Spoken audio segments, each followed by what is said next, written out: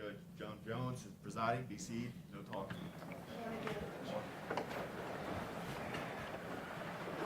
All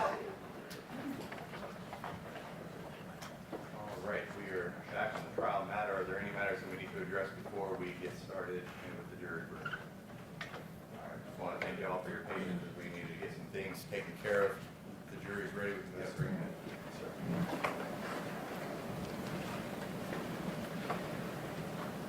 Jurors entering the courtroom.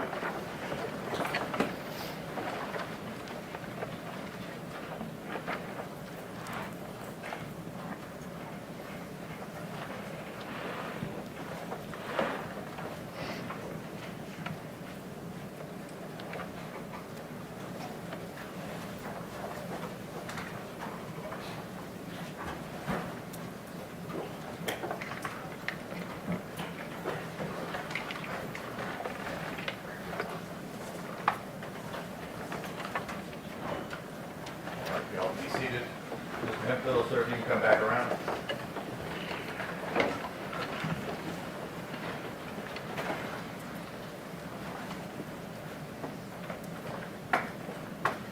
Go ahead and stand there, sir. We'll raise your right hand.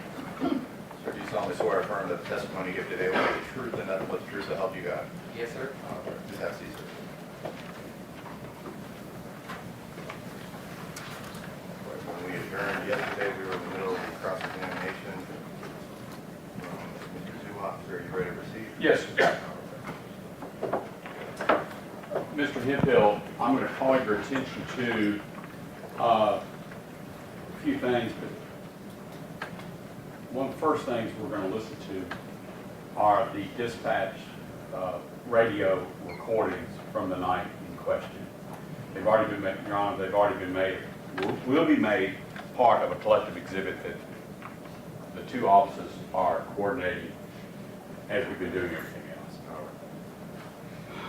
else. And for the record purposes, the entire audio is quite long, but I'm going to go to the 8-minute and 37-second mark, and I believe you as a witness will recognize what's happening. Okay, are you ready to proceed? Yes, sir. We're going to do it very similar to what we did yesterday as it relates to what you heard, et cetera, okay? All right.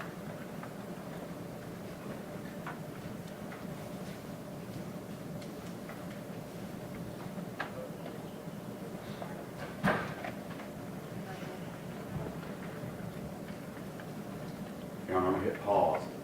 I'm at 100%. We ran into the same situation with Stingle yesterday. We'll try it again. Before we go much further, can you hear that, Mr. Hemphill? No, sir.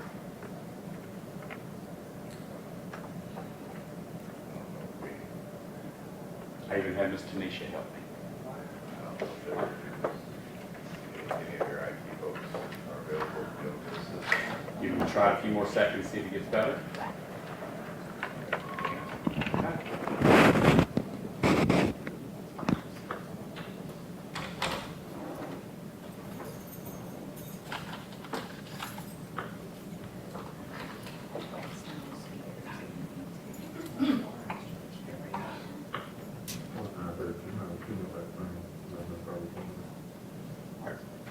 The good news is we're not to anything, but were you able to hear that?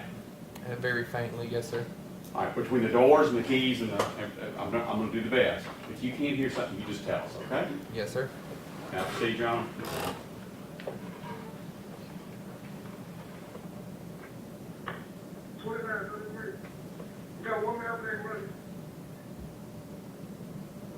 First of all, whose voice was that?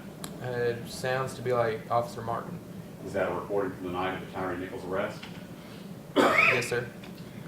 And you said that sounds like him and Martin? Yes, sir.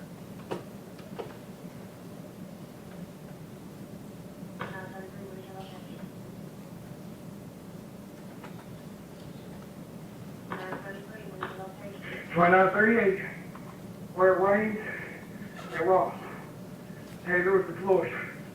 Suspect is running down Ross. Do you recognize that voice? Yes, sir. Whose voice was it? That was my voice. You're 2938, is that right? Yes, sir.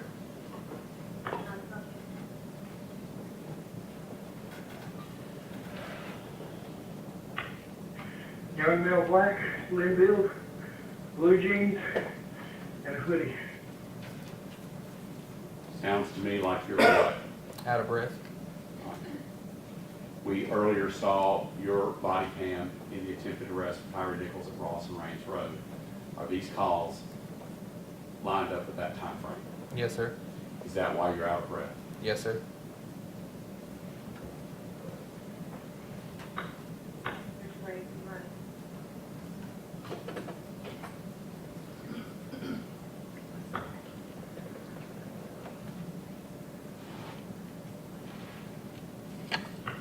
Southbound on Ross, where we left off.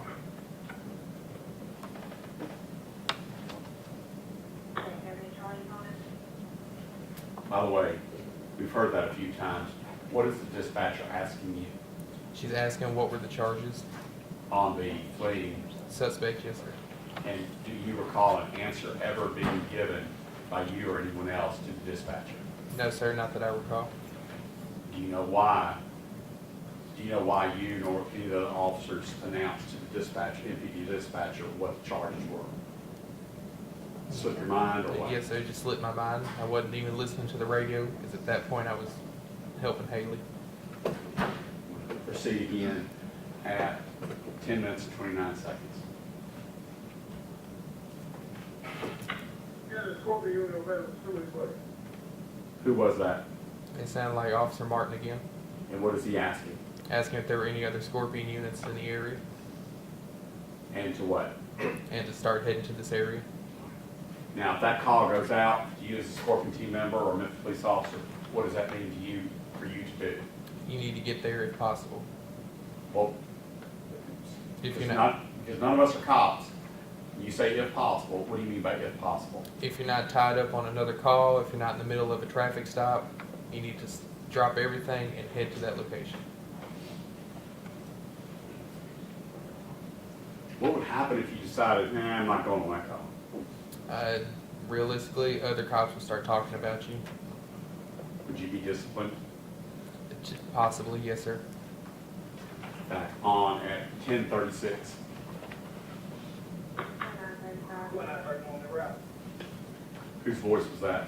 Sounded like Officer Justin Smith. His number's 2931, is that right? Yes, sir. And what was Justin Smith putting out on the dispatch? That he was en route to that area to assist. Back on at 10:45.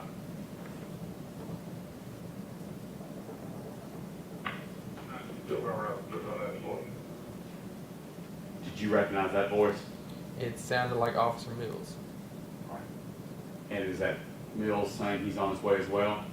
He's asking the dispatch for the last four of the CAD for, I assume, on a previous stop, and then he's going to head that way. Okay, you're using acronyms, things like that. CAD is, Computer automated dispatch. Anytime something happens to where the police are called, it generates an event number so that everything is in numerical order for what happened during that day. and does that allow the officer to look on the CAD, the computer in the car, to find out what's next to do? Yes, sir. Back on at 10:56.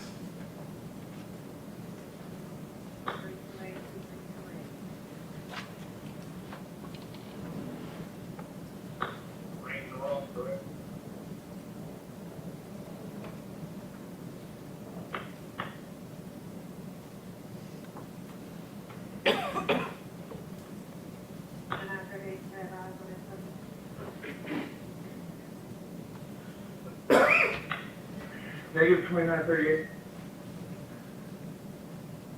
You're 38, is that right? Yes, sir. What were you asked? She was asking if I still had eyes on the suspect. What was your response? Negative. Back on at 11:27.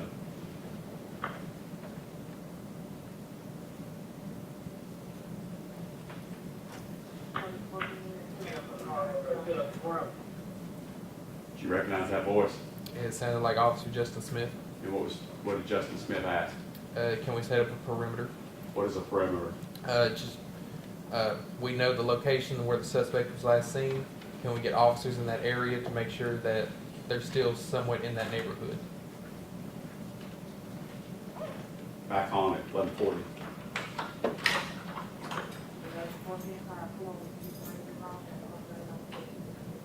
I'm gonna hit pause there at 11:49. The dispatcher said something about a radio call, all Scorpion cars. What did she say? Can all Scorpion cars head to that location of Rains and Ross? Did she use the word pull down? Yes, sir. What does pull down mean in cop language? Pull down means can you just pull over where your partners are to assist them? It's an officer needing assistance, go to them. Yes, sir. Back on at 11:49.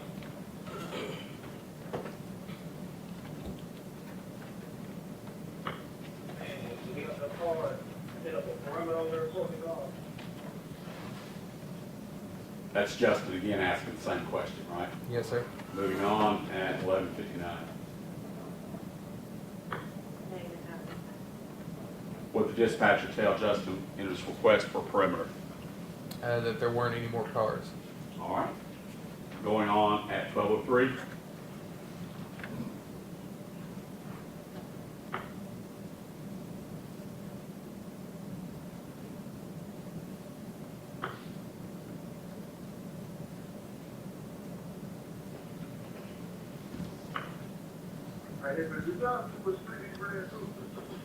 Whose voice was that? That sounded like Officer Martin. The he that he's referring to is who?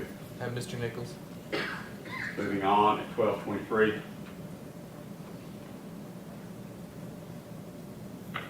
Negative, we just saw him running down Ross. That's you, correct? Yes, sir. And you're responding to Martin's call? Yes, sir.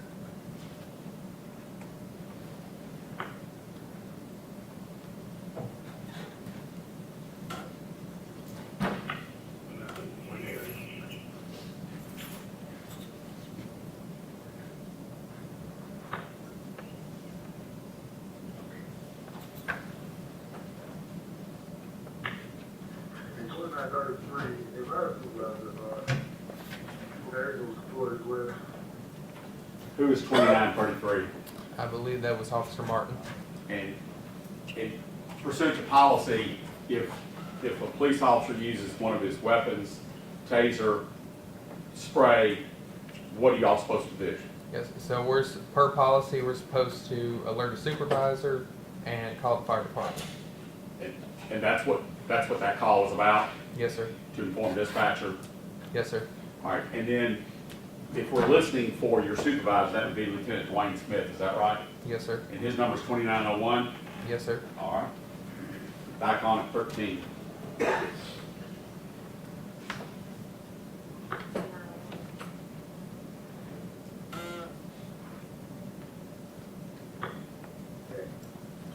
All right. I heard dispatcher call out 2901, and then I heard someone say check. Was that Lieutenant Dwayne Smith? Yes, sir. Because we're not police officers, and I'm just asking, is that Dwayne Smith saying, hey, I heard that transmission? Yes, sir. In police language, the word check is just an easy way just to say okay. Moving on at 1311.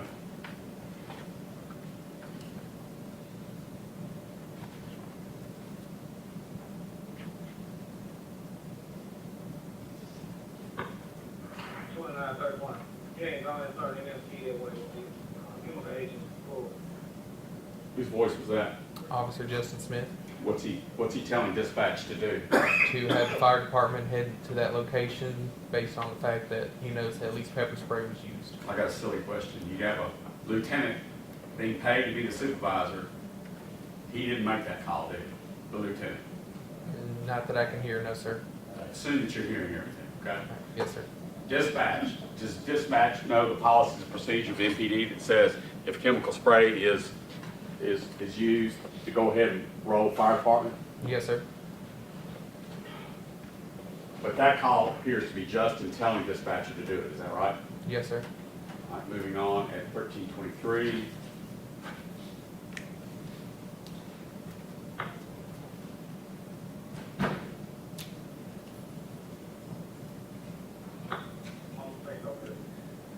Your voice. Whose voice? I wasn't able to hear that voice. It's okay, we'll move on.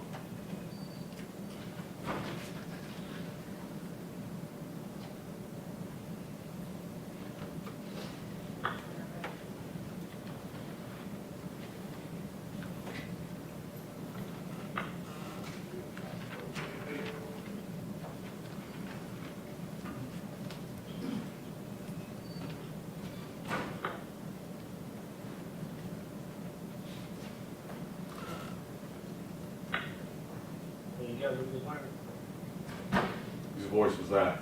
It sounded like Officer Justin Smith. And is the he that he's referring to the suspect? Yes, sir.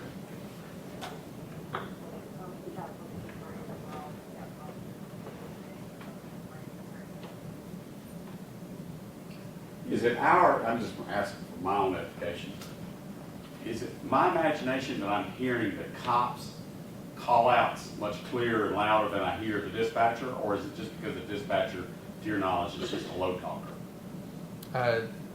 I'm same with you. The cops are coming through more clearly, and dispatch is a little more mumbled.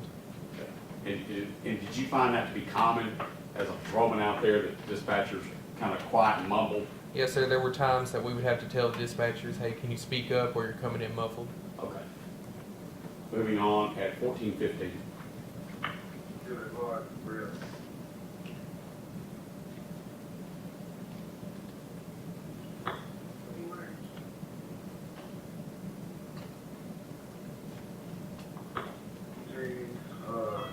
Like a camouflage jacket, like with orange, green, and red, and it's gonna be wild head, swim there. Whose voice was that describing the suspect? It sounds to be Officer Martin. Back on at 14:40. He couldn't have got far. Is that also Emmett Martin that we just heard? Yes, sir. Moving on, 14:48. 2938, did you also read that I deployed my taser? And who was that? That was my voice. And what are you doing? Just making sure again that the dispatcher knew that I used my taser. Is that pursuant to policy? Yes, sir. Moving on at 14:57.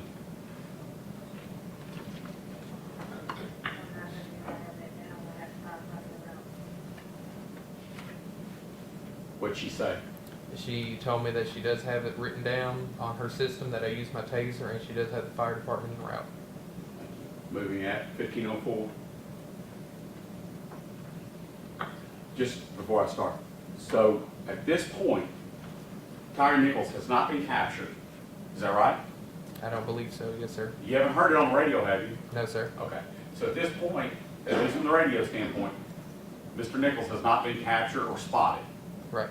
Correct. And yet, you, Justin, and who knows, maybe somebody else, have let dispatcher know to get medical over there. Is that right?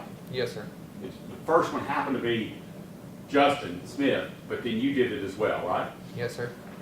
And the officers, it sounds like to me, have reported to their supervisor the pepper spray, the taser, and a fleeing suspect to the supervisor through the dispatch radio system. Is that right? Yes, sir. Okay. Back on at 15:07.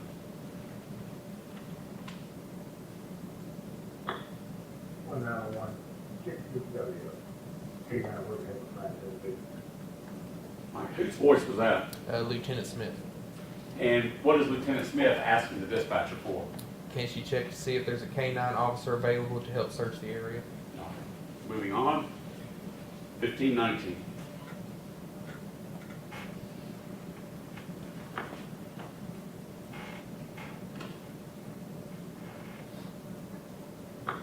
Where they tag you see with the extra Whose voice is that?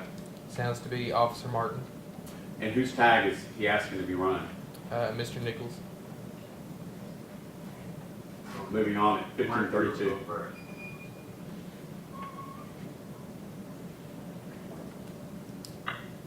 I gave you the tag number on the here, but you could, help let you know.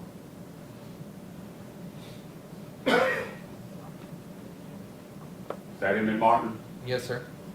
Back on 15:49.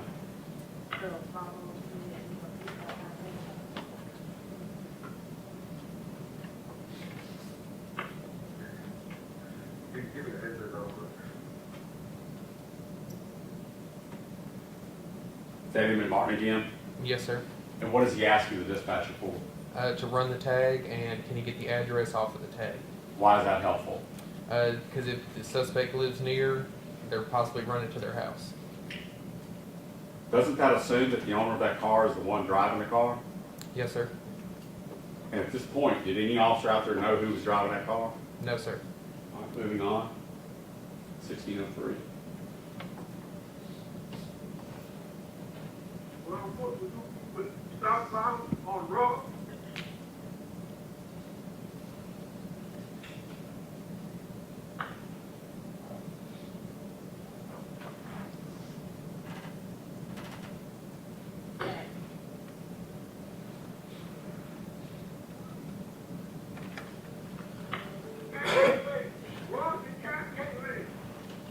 Whose voice was that? Sounds to be Officer Mills. And what's he saying? What's he communicating? That he has located the suspect southbound on Ross, and then he said we were at Ross and, like, what was the other street? No one able to hear that.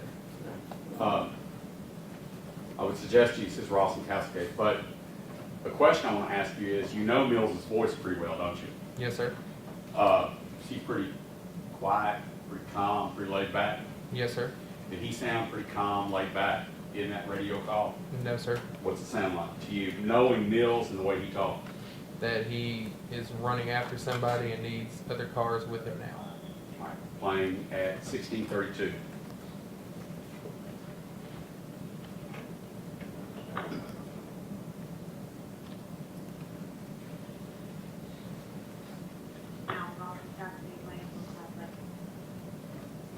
What was that? The dispatcher just repeating the address of Ross and Castlegate. Is that for who to act upon? Any officer that has a radio tuned into that frequency. For which precinct? Ridgeway Station. And Ridgeway Station, is that a large precinct with several cars, several officers, what? Yes, sir. Okay. Moving on, 1647.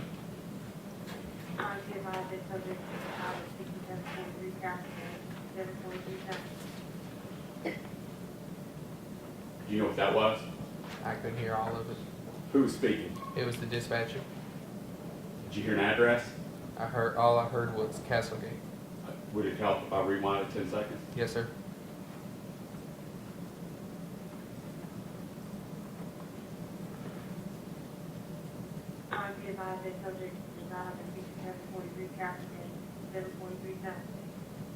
Did you hear about it that time? Yes, sir. There's an address on Cascade, is that right? Yes, sir. Is that the dispatch responding to the earlier call on running that tag? Yes, sir. You're sure of that? Yes, sir. Hitting play at 1654.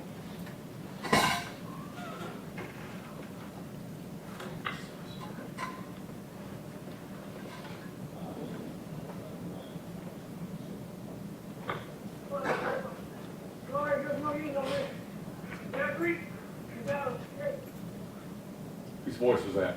Sounds like Officer Justin Smith. How would you describe Justin Smith's voice in that radio call? Just distressed and currently fighting with somebody. And what is he asking for? He needs more cars with him now. He needs assistance. Yes, sir. Hitting play at 1712.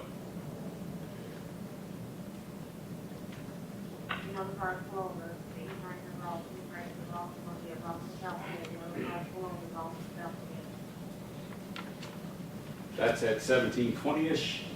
That's the dispatcher speaking. And what is she telling officers in the Ridgeway precinct? Is there anyone available to assist with officers with a suspect that's resisting and running? Playing at 1724. By the way, you mentioned earlier that if you're not really in the middle of anything, you're really doing a whole lot, you should go back. On that call from the dispatch to the entire precinct, what are the officers being ordered to do? To head to that location if you're not stuck on anything.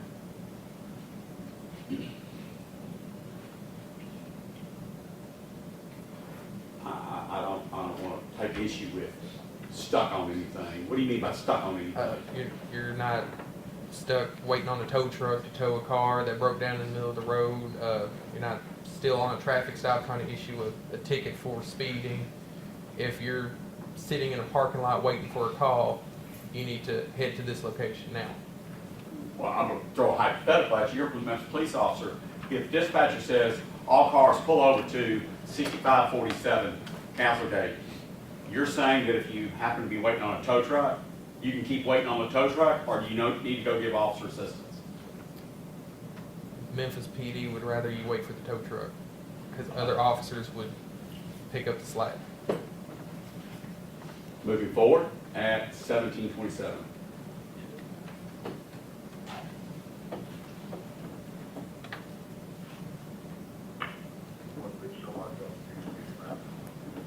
Who was that? I wasn't able to hear That's it. all right, we'll move on.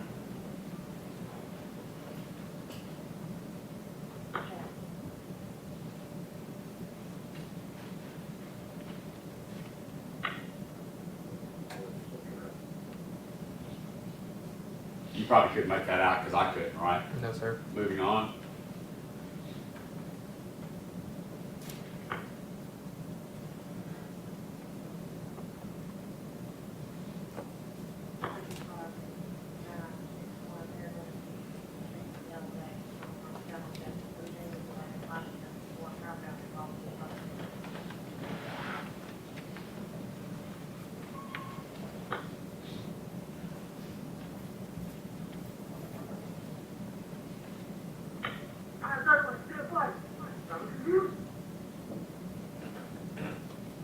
Whose voice was that? Sounded like Officer Justin Smith. Wasn't quite as clear as before, was it? No, sir. Sound like he's actively engaged in something? Yes, sir. What's he doing?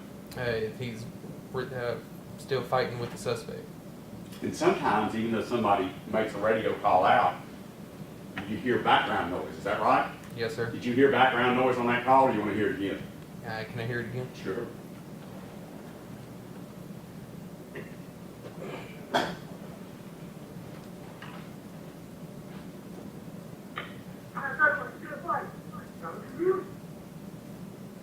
You actually heard two voices, didn't you? Yes, sir. Is that the background noise I was talking about? Yes, sir. Could you make it out what the other person, the mystery person, was saying? No, sir. Hitting at 1825.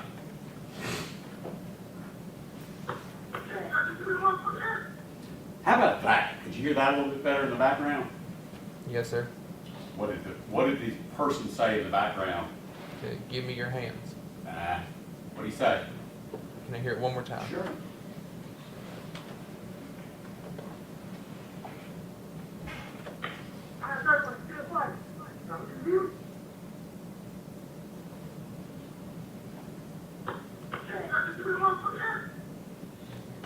Give me your motherfucking hands.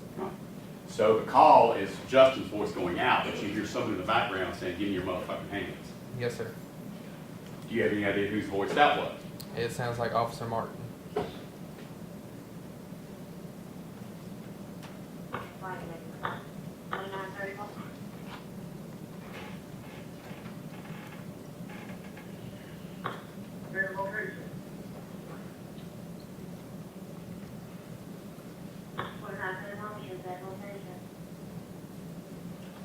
That's dispatch calling for Justin. Yes, sir. Is it because she wants to know his exact location? Yes, sir. Moving on at 1851.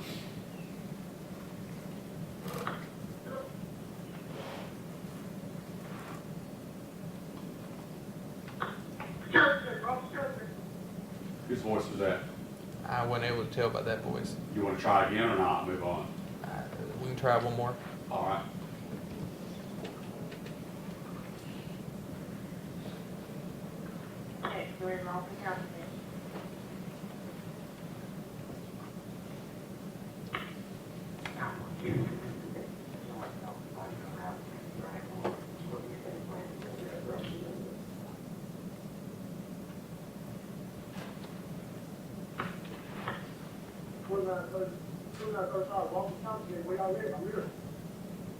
Whose voice was that? That was Officer Haley. East 2935. Yes, sir. Moving on at 1931.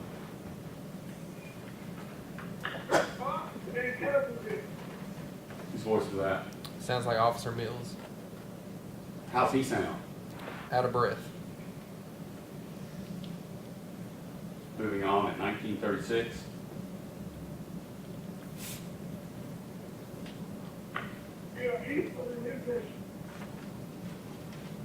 That was Mills again, wasn't it? Yes, sir. Moving on.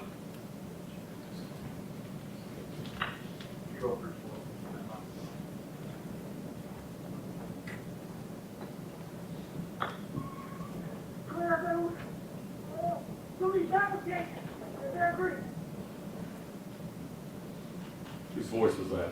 It sounded like Officer Justin Smith. I'll play it again, see if you hear anybody else in the background.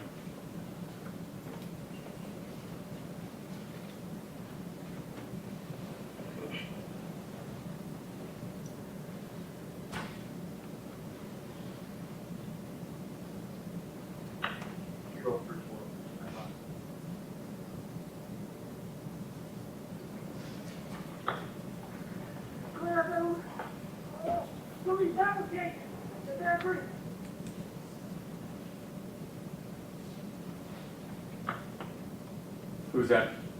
It's Officer Smith still.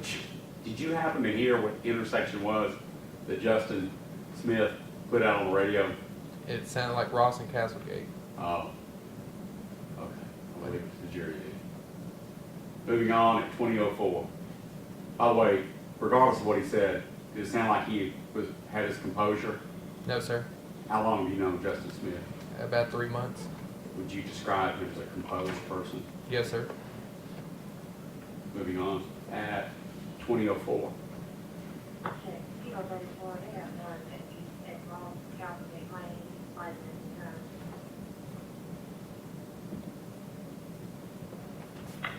Well, I thought he said alligator.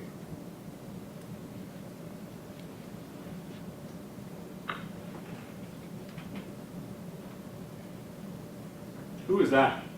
Lieutenant Smith. And was he confused, or could it be that Justin put out the wrong street name? He sounded like he was confused of how the dispatch was saying the street name. Moving on at 2026.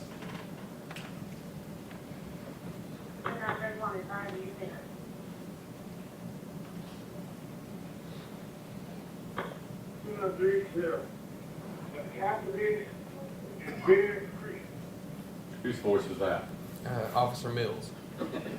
Dispatch had actually called for Justin 2931 saying, give us your location again, and Mills answered. Is that right? Yes, sir. Is that common? Yes, sir. If somebody's busy doing something important, another officer standing there can make a response. Is that a fair statement? Yes, sir.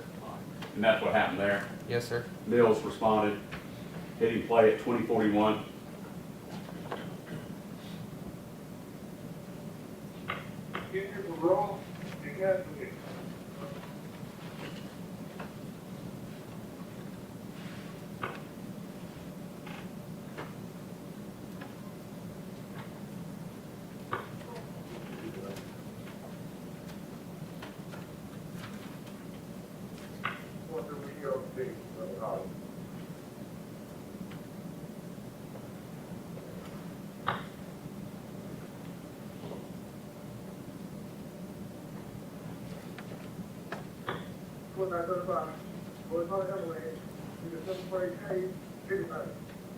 All right, first of all, whose voice was that?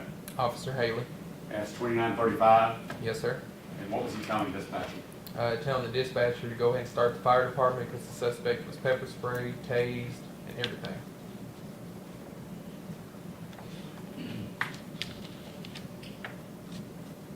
By the way, you were back at Ross and Raines during these transmissions, is that right? Yes, sir. Were you listening to them? Yes, sir. And when you heard that transmission, did you draw any conclusions whether or not the suspect was in custody yet? Normally when he called the fire department, it's the suspect's in custody. Custody is defined as what, sir? At least having the handcuffs on him. Handcuffs and anything else? It's under control. How about searched? Wait, searched. Yes, sir. By the way, at Rawson Range Road, did anybody search Tyre Nichols? No, sir. Moving on at 2125.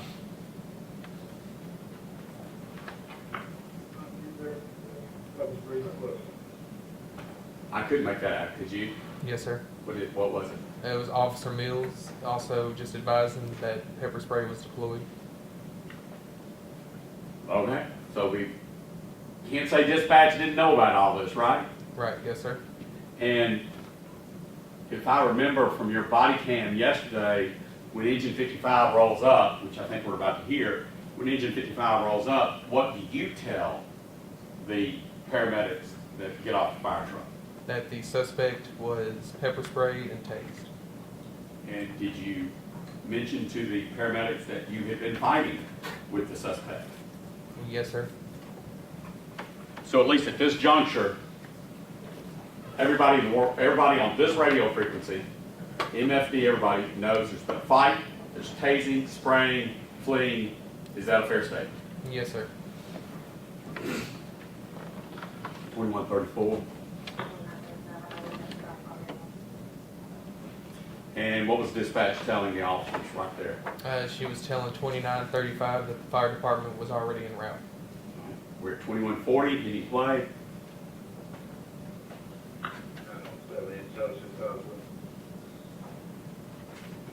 I didn't recognize it. Did you? No, sir. Go ahead on the plane.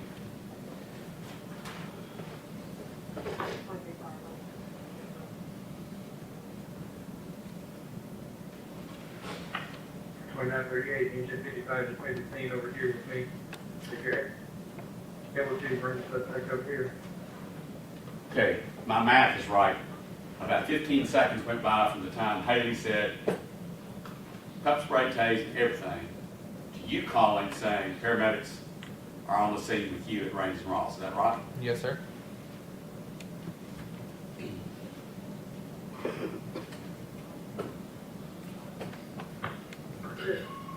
Hey, what are I going to do down this truck? Ah, so who's 2932? 2932. I don't remember Did you hear what 2932 said? that they have him in custody. Which is a little bit later than what we heard earlier, right? Yes, sir.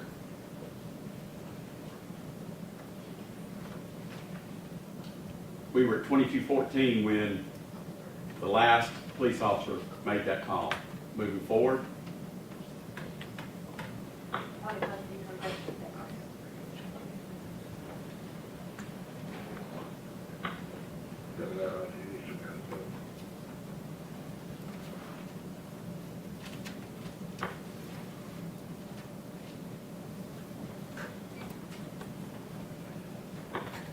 $29.38.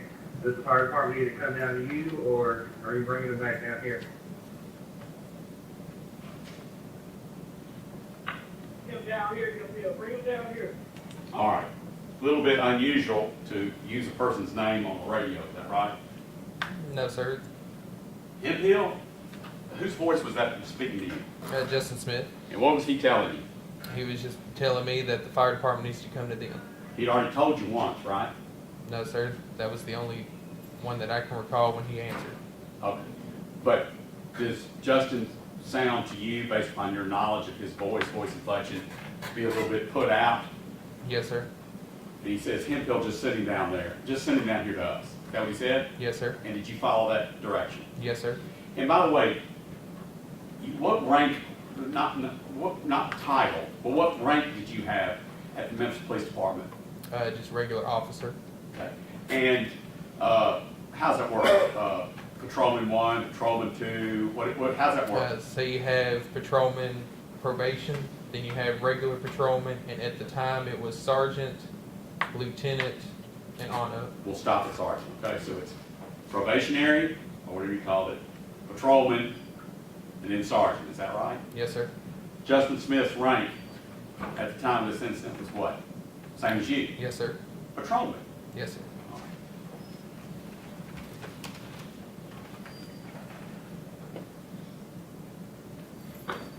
Okay, we're heading that way now. All right. That was as you? Yes, sir. Saying what? That I'm sending the fire department that way now.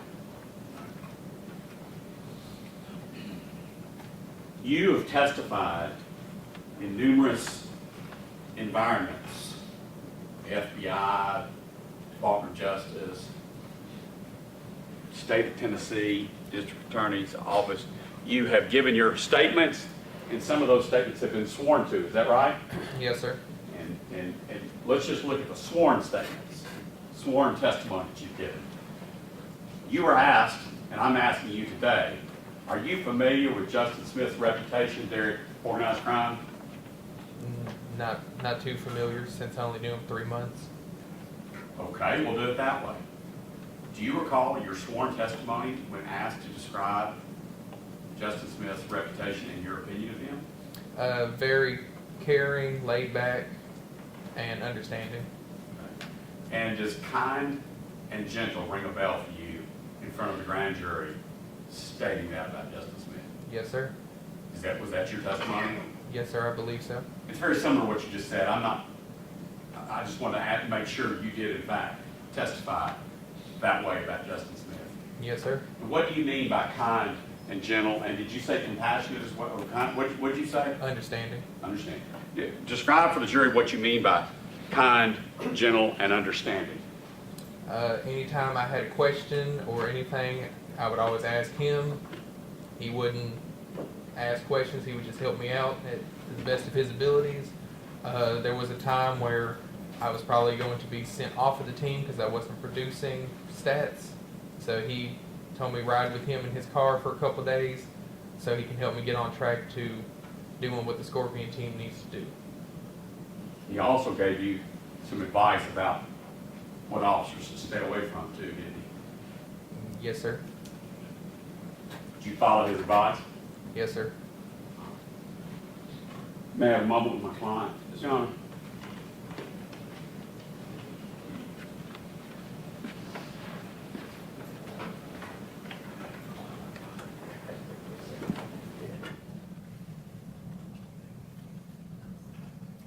Your Honor, I'll pass the witness. All right, I believe Mr. Perry's next. You need to use this up? No, there you go.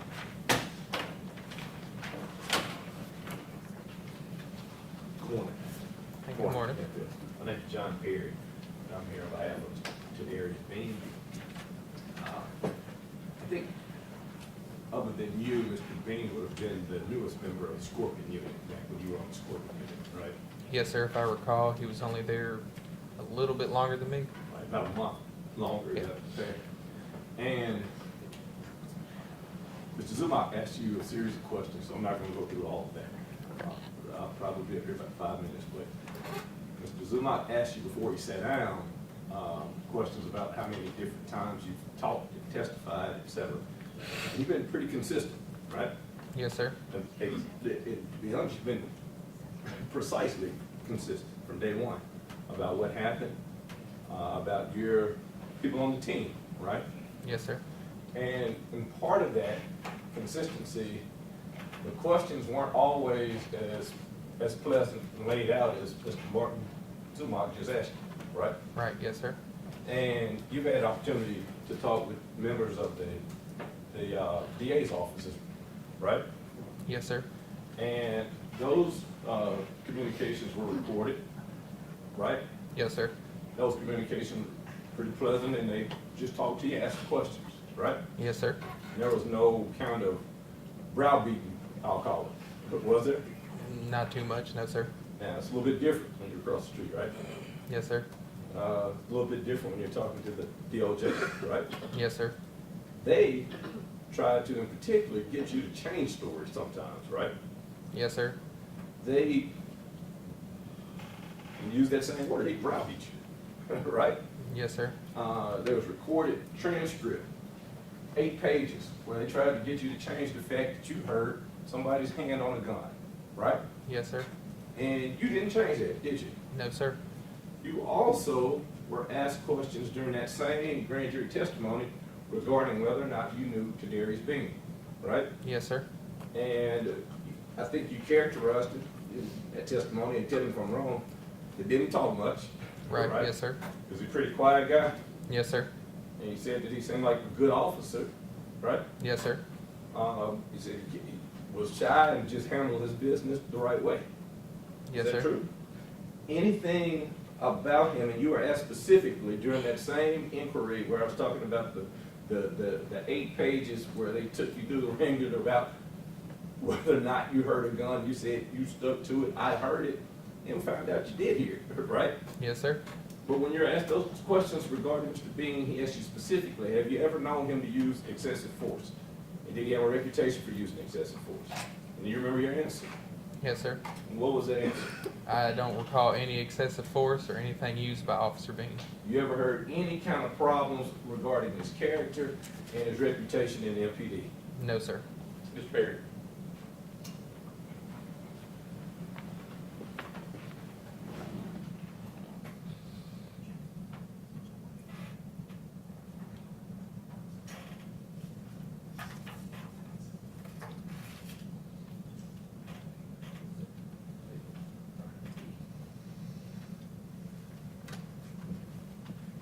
My old law partner gonna make me have to tell a story.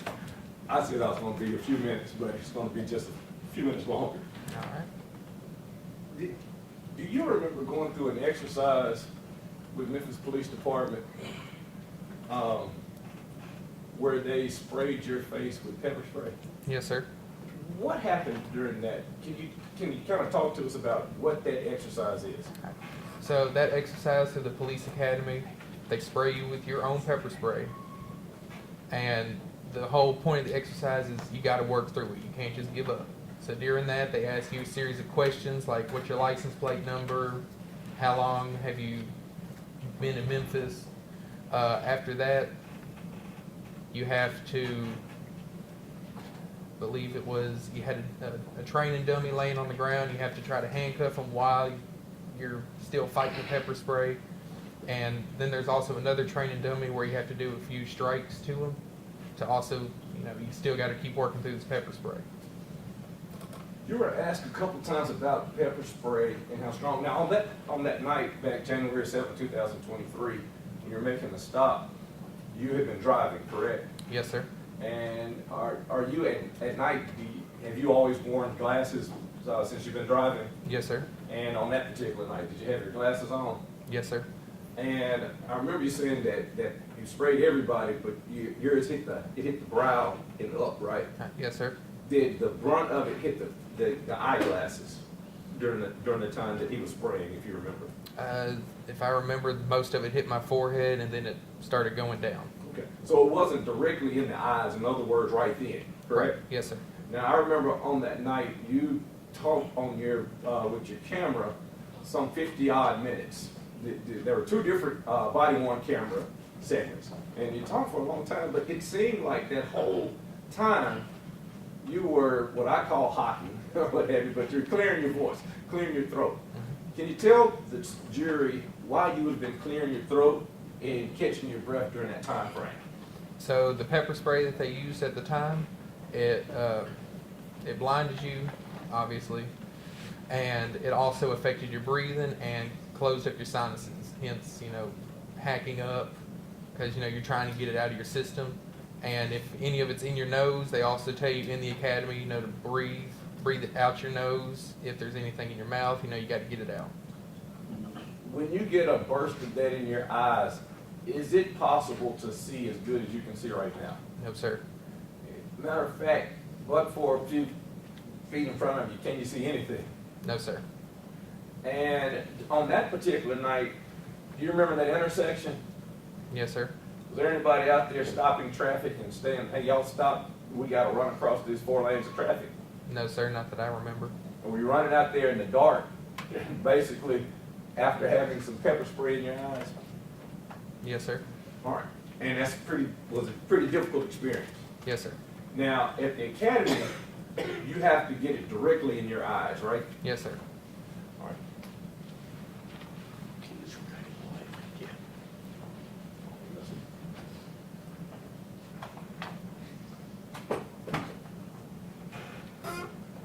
We can pause right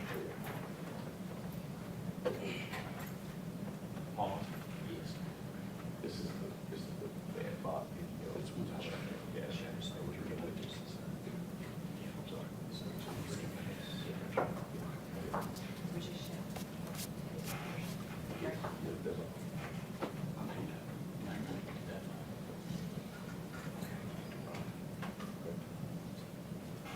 prior to us playing, Your Honor, may we approach?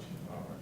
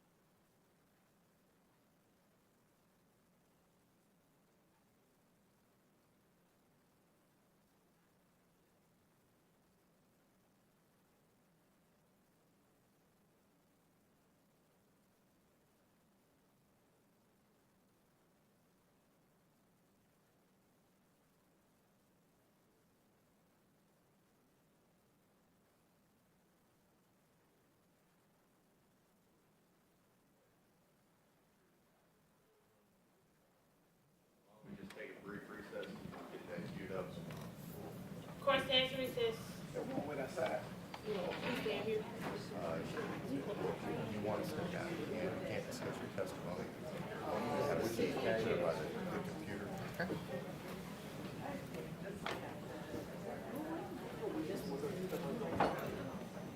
I was saying she needs to go first.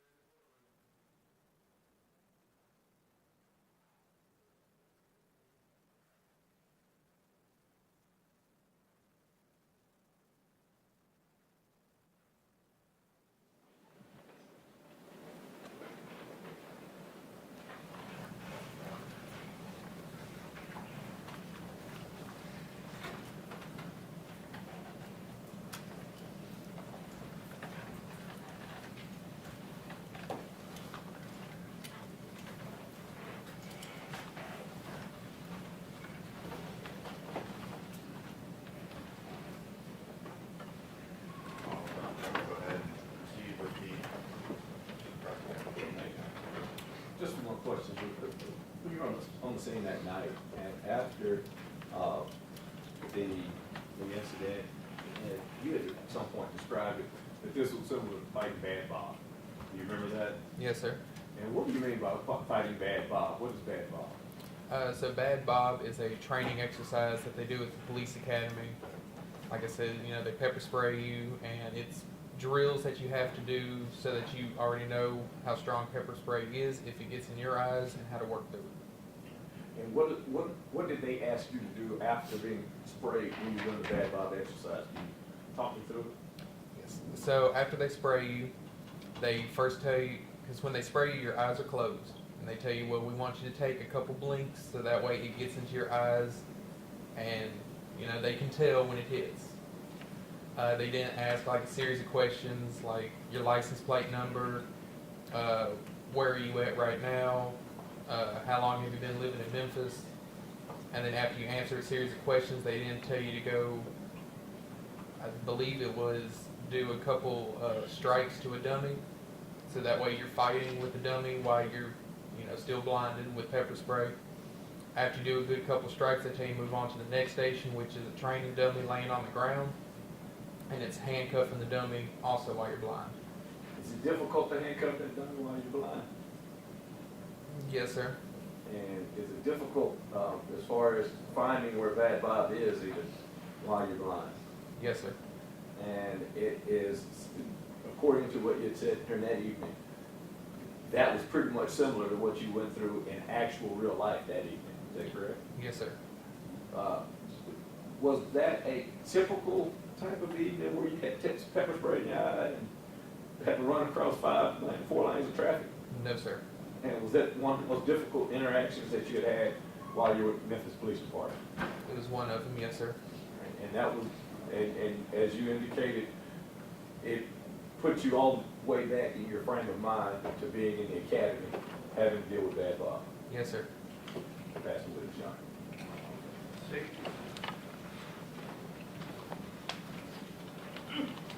I'm not gonna be too long, okay? Okay. Yes, sir. Like you said, I think you've talked to a lot of people. Yes, sir. I think me and you talked once, is that right? We spoke several times. Yes, sir. Once or twice, Yes, sir. Something like that. and you testified in a federal grand jury once, is that correct? I believe so. Yes, sir. I want to go back to the start. Like I said, I'm not trying to be long. I do want to go back to the start, okay? All right. And it made sense to me because often as police officers, it would make sense for you to say we.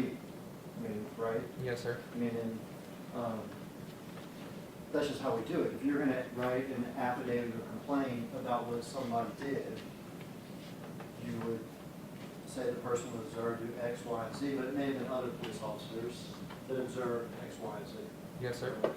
And there's nothing wrong with that. That is how it's supposed to work, right? Yes, sir. Okay. And so it's not uncommon for you to say we and stuff like that. I want to, though, separate, you know, what you actually saw versus, you know, the we, okay? All right.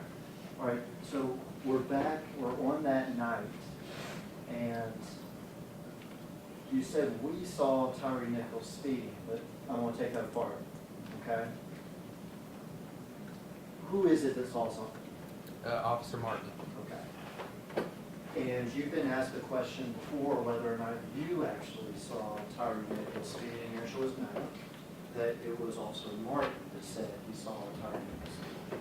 Is that correct? Yes, sir.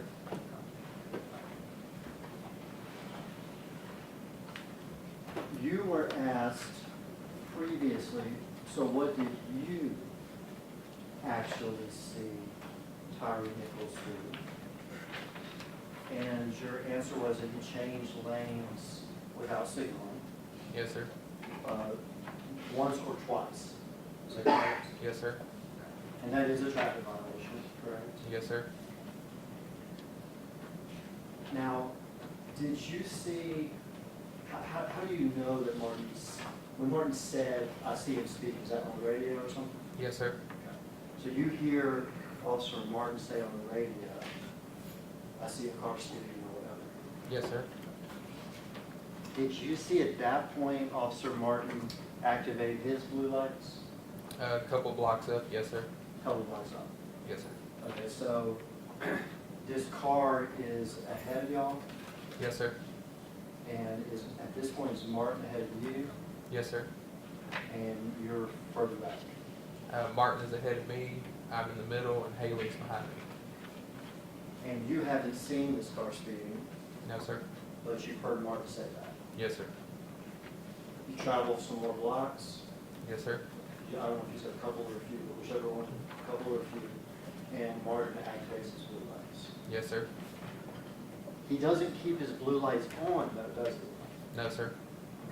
He flips them on pretty quickly, Yes, sir. and he continues to travel. Yes, right, sir. For just a little bit, right? Yes, sir.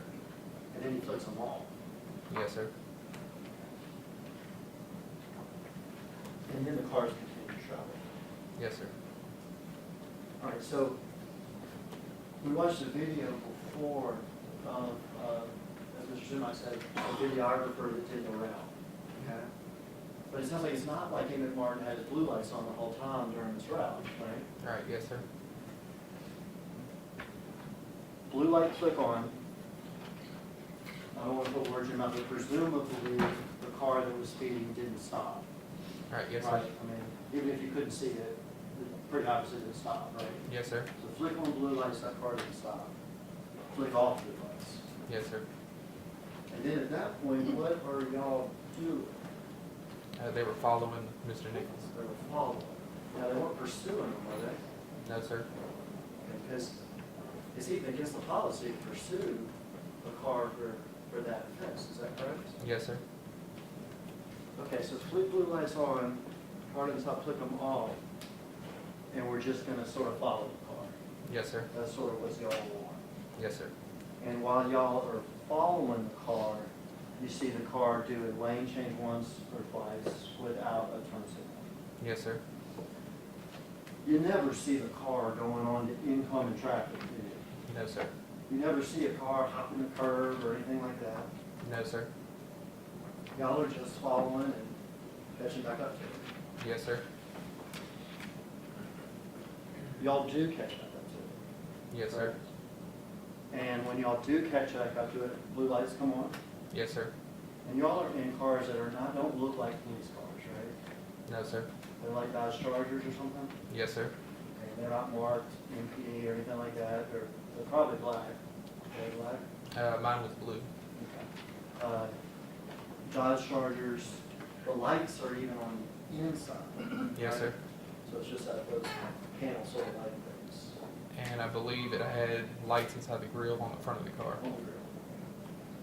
Y'all catch back up to the car, the blue light's back on. Yes, sir. Catch back up to the car's actually stopped, is that right? Yes, sir. And it stopped in the left-hand turn lane Yes, sir. with the left-hand turn signal on. I don't recall the turn signal on. Left-hand turn on. All right, Yes, sir. stopped. Yes, sir. And this is the point where the traffic stop, the actual, what we watched begins, is that correct? Yes, sir. Now, you've been asked about this traffic stop a bunch, Yes, sir. you know, fair to say, is that correct? Correct.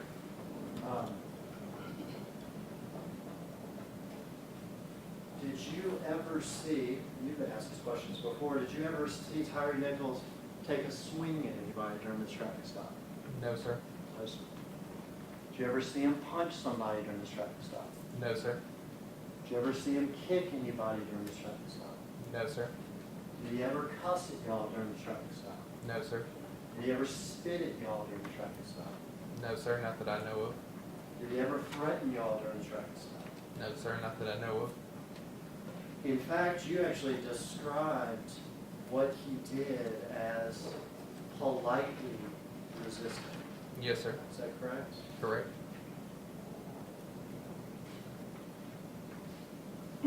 And you've been previously asked, well, what did y'all do, right? Yes, sir. You get out of the car with your gun drawn, is that correct? Yes, sir. But then you put it up, Yes, sir. is that correct? At some point during this conversation, you pressed the taser up to his leg or something? Yes, sir. But at that point, the electricity is not on the taser. Correct. I'm not trying to say you taser it. Right, yes, sir. Yeah, you just have the taser pressed up to him. Yes, sir. You say something to the akin to, I'm gonna tase your ass or something like that. Yes, sir. Who says, I'm gonna break your shit? I believe that was Officer Haley. All right, so tase your ass, I'm gonna break your shit. He has been, thrown's not the right word. How was he taken to the ground? I don't recall how he was taken to the ground. I just know we were on the ground. We saw how he was taken out of the car though. Yes, sir. All right. So he's taken out of the car, would you say forcefully? Yes, sir. You had told an officer on the scene that he was persuaded to get out of the car. Yes, sir. Persuaded to me sounds like there was a negotiation and, ultimately he was persuaded to get out of the car. But he wasn't persuaded to get out of the car, was he? No, sir. He was forcefully taken from the car. Yes, sir. On the ground, Yes, sir. he is being yelled at, Yes, sir. he is being threatened. Yes, sir. And you do have the taser weapon up to his body. Yes, sir. And he is also pepper sprayed. Not yet at that point. At some point in this. Yes, sir. At some point in this, he's pepper sprayed. Yes, sir. Before he runs away. Yes, sir. And that's actually, I should have told you, that's the point we're going up to, the point he runs away. Okay. You've been asked previously, well, is it possible that all that stuff, all those actions, is what made Tyre Nichols run away? Objection, calls for speculation.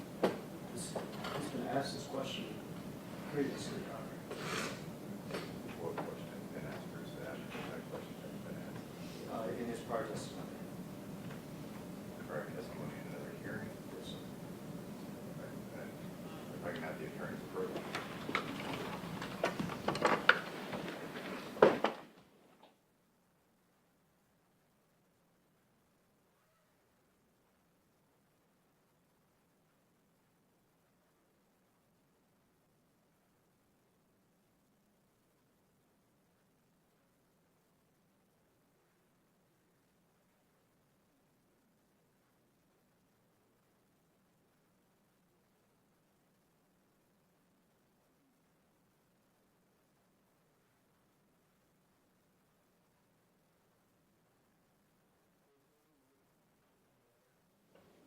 On the ground, correct? Yes, sir. Threatened to break his shit, correct? Yes, sir. Threatened to tase his ass. Yes, sir. correct? Pepper spray, Yes, sir. and Mr. Nichols runs away. Yes, sir.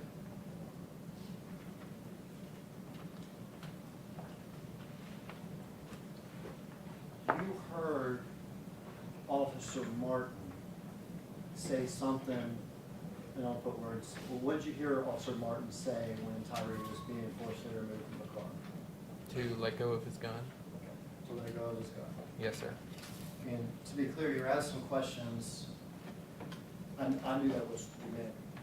You didn't hear anybody grab a gun. No, Correct. correct. I Like, just you heard didn't Mark hear a say. hand hitting metal or something like that. Right, correct. You heard Officer Martin say, Let go of my gun. let go of my gun. Did you see Tyre Nichols grab for his gun? No, sir. You just heard Martin say that. Yes, sir. Do you know whether or not Tyre Nichols actually grabbed for his gun? No, sir. Did you in fact speak with Officer Martin after this incident? Yes, sir. Did that cause you more doubt as to whether or not Tyre Nichols actually grabbed for his gun? No, sir. I was just asking Martin if I heard what I thought I heard. Was reference made that it could have been something just tugging on his belt? Later on, Martin did say that. Which is entirely different, right? Yes, sir.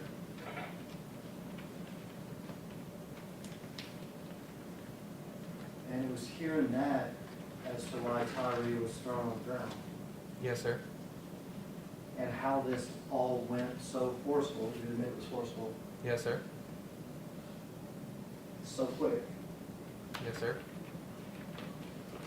with an individual who, you testified before, wasn't even fighting y'all. Correct? Yes, sir. You described him as resisting, to be fair, correct? Yes, sir.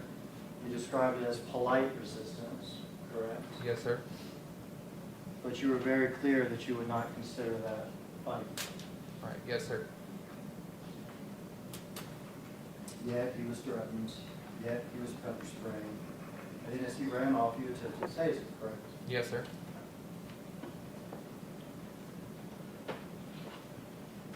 Now, you never went from there to the scene of the criminal activity, is that correct? Yes, sir. However, when we watched the body cam video, we heard you tell somebody, I hope they stomp his ass. Is Yes, that sir. correct? Yes, sir. You regret that comment. Yes, sir. If we watch more video later, we see another comment about Tyre's face and how he looks after this happens, is that correct? Yes, sir. Do you regret that comment too? Yes, sir.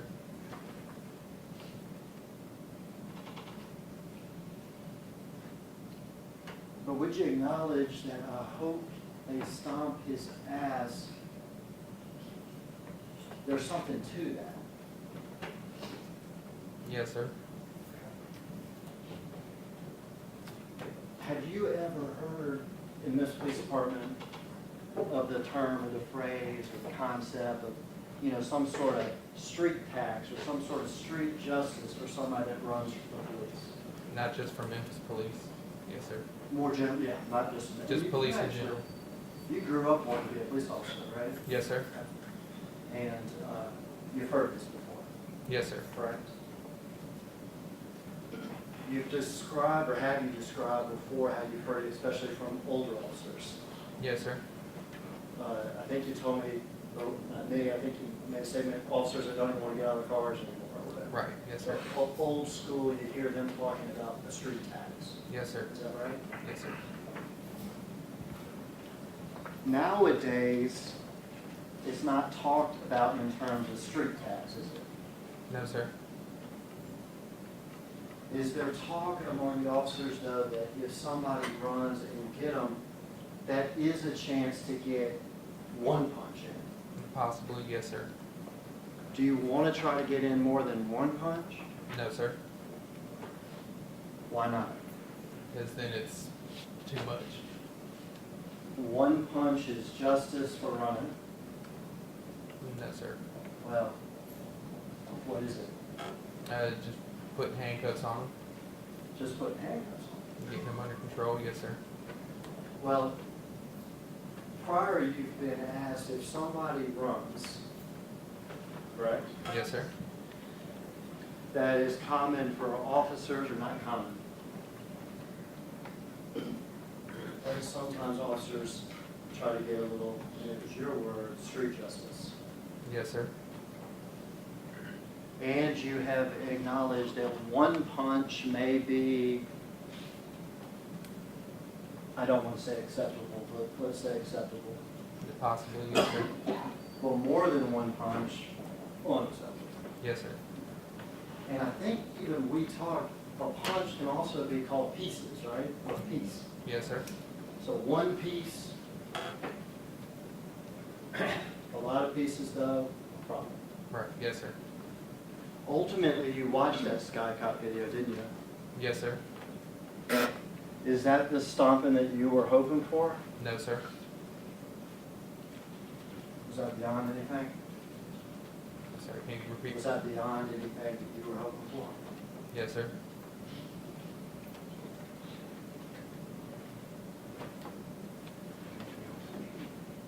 That's all, Judge. Mr. Nichols? Briefly.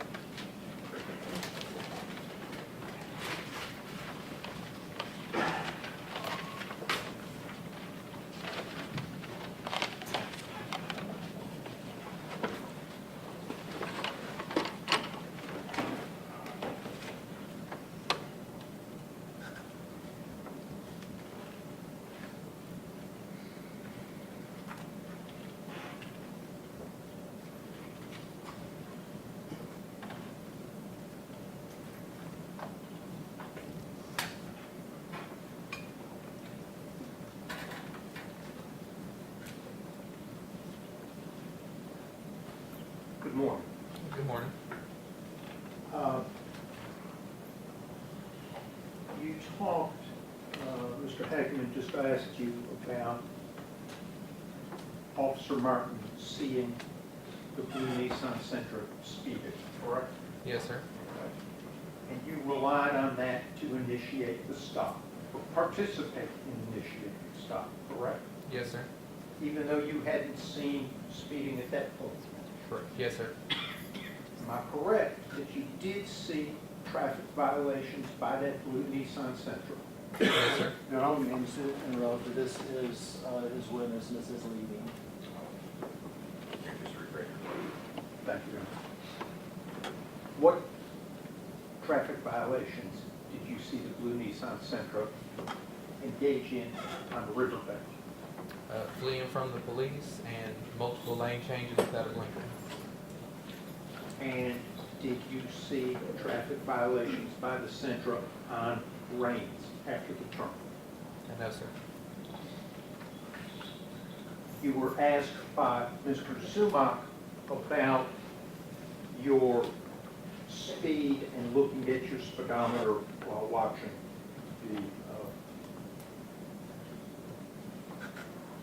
the video yesterday. Do you recall that? Yes, sir. And do you recall what speed you reached on the Rains? About 60 miles an hour.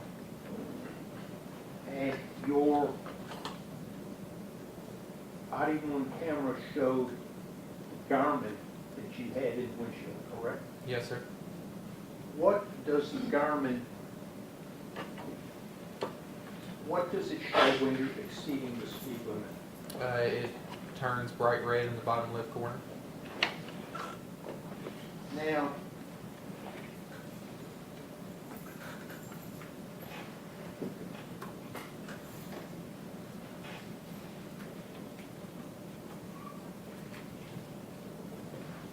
did you see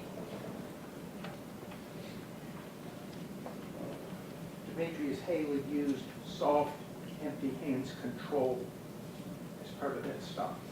Yes, sir. When? When you pulled Mr. Nichols out of the car. And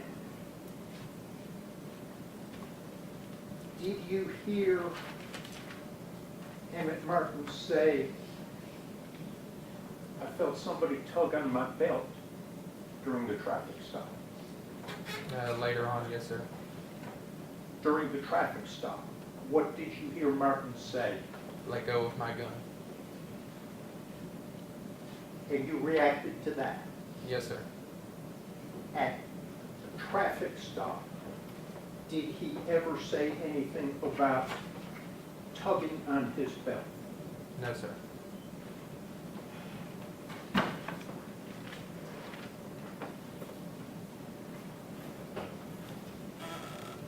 And it's what was said during the stop that was important, correct? Yes, sir. You're trained to assess the threat at the time, correct? Yes, sir. Again, Judge, I think, this is witness and this is legal. Your regret your questions.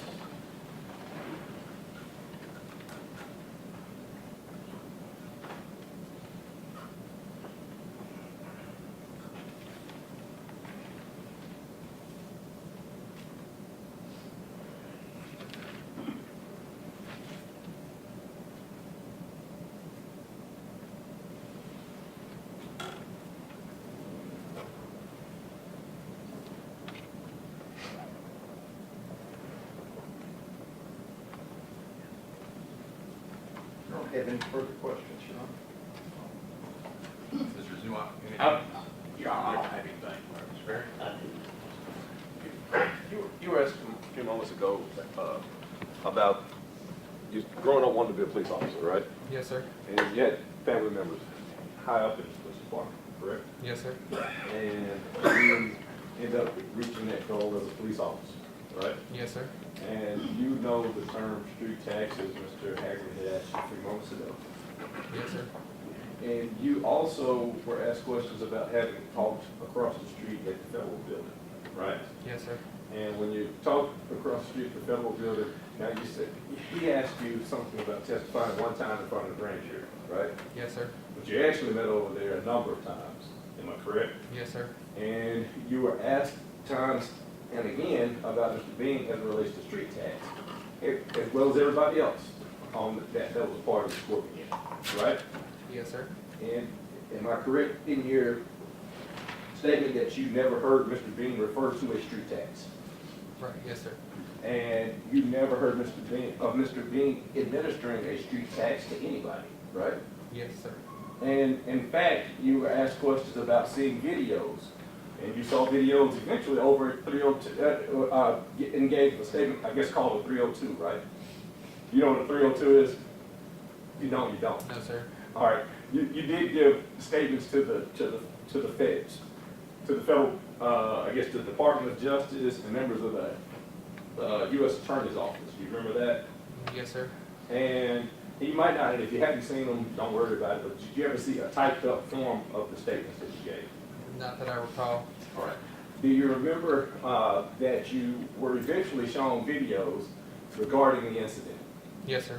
Now, when you were first asked questions, you weren't shown any videos, right? Not that I remember. No, sir. Right, but when they did show you videos, you said yourself that it looked like Mr. Benning was just trying to get him into handcuffs, right? Yes, sir. And you, according to what you said at that time, said that it didn't seem like he's doing anything wrong when you're looking at the video, correct? Yes, sir. Thank you. Anything else from the state? Yeah, I don't know what points the videos we're talking about. He wasn't doing anything wrong. We're talking about the point of the video when he and Mr. Smith were pressing Mr. Nichols down and Mr. Martin soccer kicks Tyre in the head. They weren't talking about Mr. Martin. Okay. So they were just asking about the movements of Mr. Nichols. I was talking about Mr. Perry was only asking about Mr. Bean. Soccer kicks were wrong. Yes, sir. All those hits to the face were wrong. Yes, sir. Those kicks after he was already on the ground were wrong. Yes, sir. Anything else from this witness? Okay. No, Your Honor. All right, so those are all the questions I have for you, so you can step down.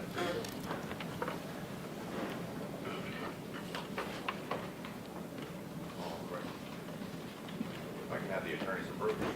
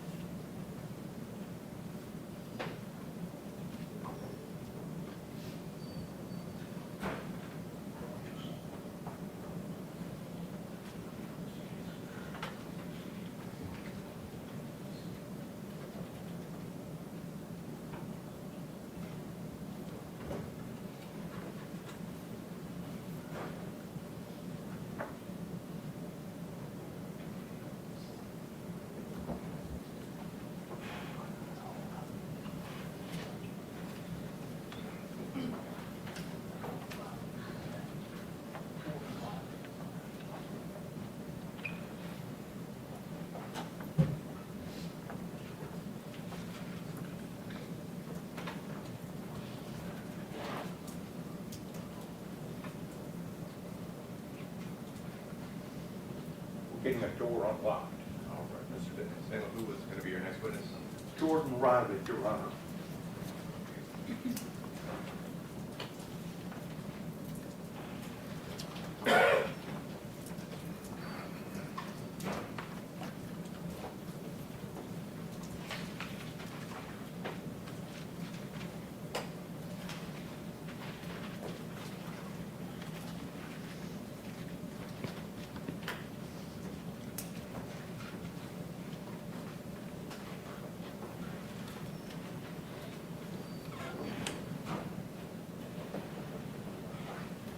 Jordan Riley. Come on, sir. Go around there, way. Just come in, take the phone.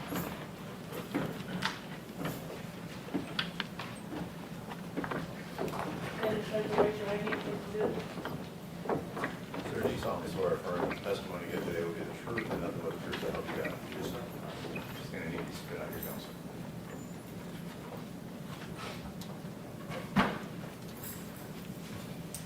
All right, Mr. Hemphill, you can proceed. Good morning. Morning. Would you state and spell your first and last name for the record, please? It's Jordan, Jordan, Riley, Riley. Mr. Riley, have you ever been the victim of a theft? Yes. You would tell the jury when and what happened. About almost, well, not quite 3 years ago, around October.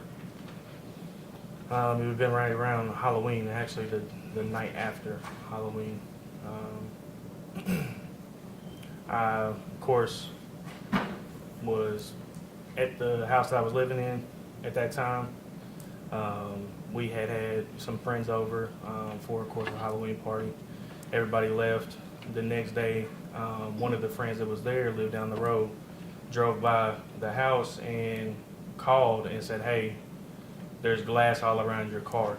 Of course, at that point, I go outside and I look at it, and of course, my window had been busted out and a car had been ran through. So, Halloween of what year? would have been 22. And what was stolen from your car? Of course, my wallet, which of course had money in it, some debit cards, and some old IDs and stuff like that I didn't really use anymore on a consistent basis. And of course, I did have an everyday carry, as I do have my my concealed carry license, and it was a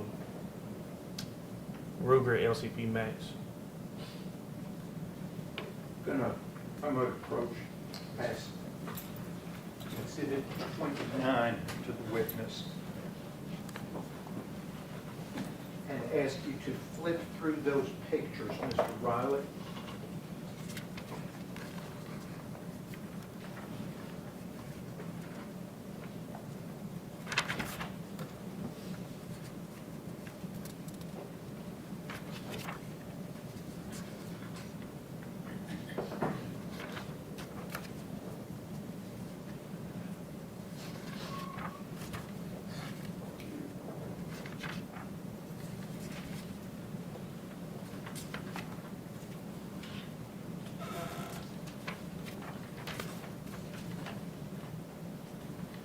Yes, sir.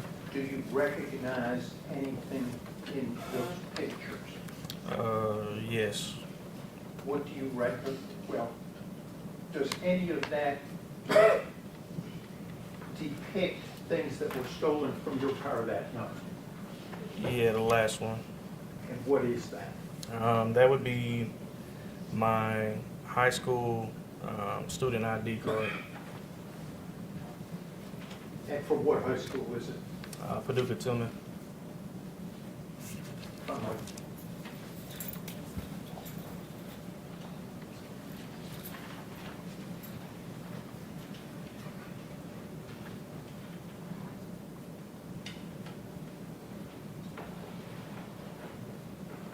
Is that what you're talking about was stolen from your car Halloween night 2022? Yes, sir. How do you know Tyre Nichols? I have no knowledge of him or any association to him. Did Tyre Nichols have your permission to have any of your property at any point? No, I've never met him. I don't have any further questions for this witness. Mr. Zuma? Sir, you've seen your photo ID. Is this one of the first times you ever seen that photo ID since the night it was stolen? That's the last time I've seen it, like as far as, you know, it being in possession of somewhere. And you did do a police report. I don't know if you covered that. Did you do a police report on this break-in? Yes, I did. And were those items listed in the police report that you were missing? That was included in the wallet that I told them that was stolen. Have you been contacted by law enforcement or family members of anyone at all to say, hey, we have your photo ID? No. That's all I have. Barry? All right, State? Do you know the name Keyshawn Ayers? Who? Keyshawn Ayers. No. You aware that he was arrested, prosecuted, and pled guilty to a series of car break-ins on that Halloween night in that neighborhood? I do not. I never got any update on That name anything. doesn't mean anything to you? No, sir. You have no idea how your ID ended up in Tyre Nichols' car? None at all. I went to sleep that night after, of course, you know, hanging out with some friends, and then woke up the next morning and had to file a police report and everything. And then had to be at work the next hour, so. And how years later you find out somehow that car ended up in Tyre Nichols' car? Yeah, yeah. Just finding out about all this. All right, thanks, sir. Yes, sir. That's it. All right, anything else of this witness? Yep. All right, so those are all the questions we have for you, sir. You can step down before you go. Thank you.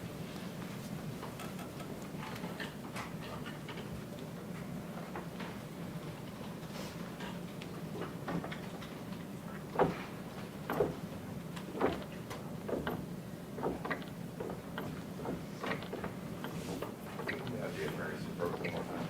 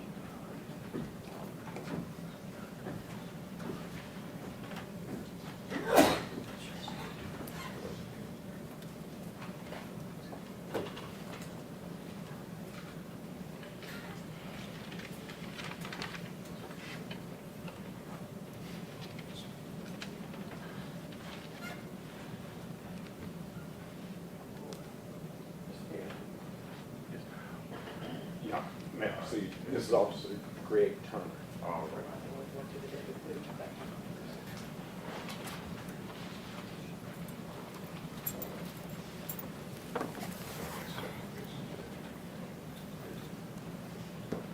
Sir, do you solemnly swear or affirm that the testimony you give today will be the truth and nothing but the truth so help you God? Yes, sir. All right, please have a seat.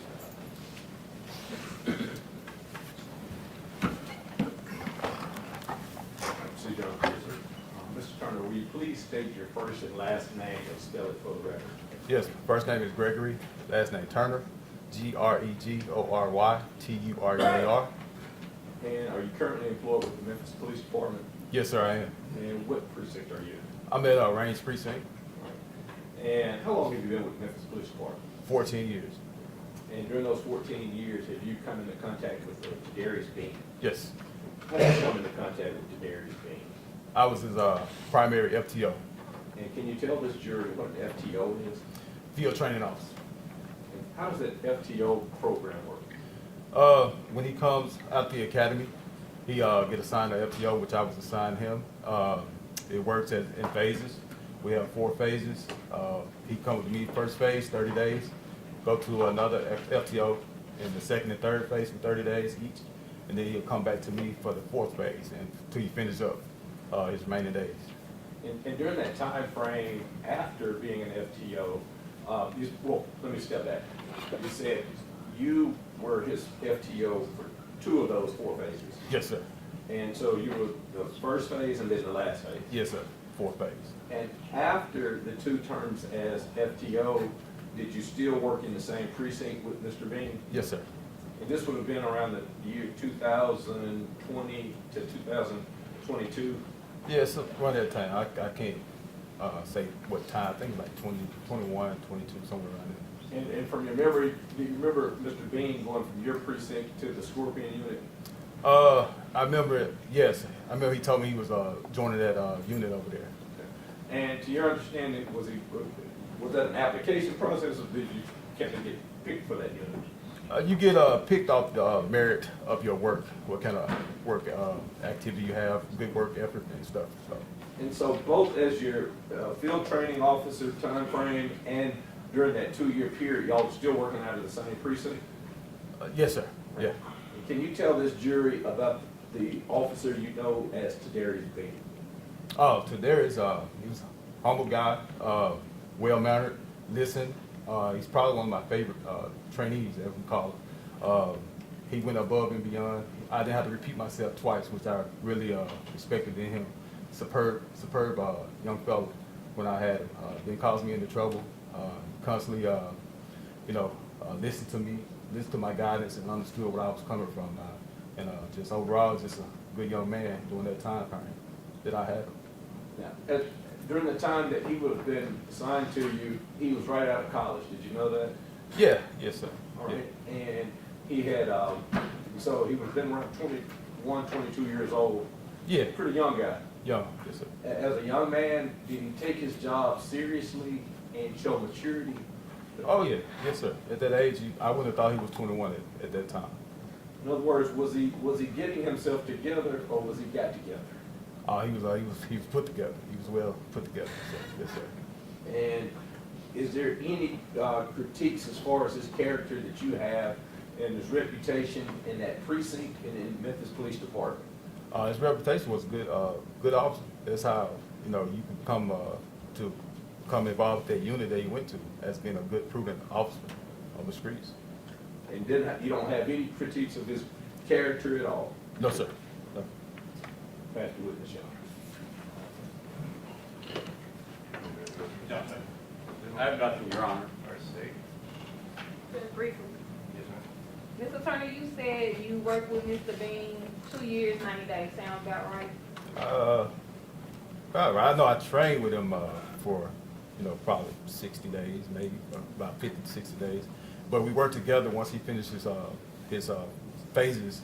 We worked together until he turned. He had a year on. He had a year, so that's when he became out probation. So I can't remember when he technically went to the unit, but I know shortly after he came off probation, he went there. So. And in that time, you knew him to be, you said, a good guy. Yeah, yeah, But you would agree with me, good people can make bad choices, right? yeah. That's They all can. I have, Judge. Anything else with this witness? I don't have anything further. All right, so those are all the questions we have for you, sir. You can shut down. Yes, sir. Thank you.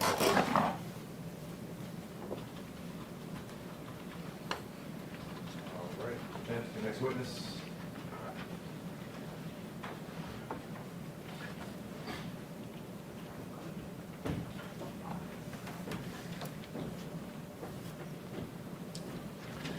Next, I'm going to call Kevion Taylor.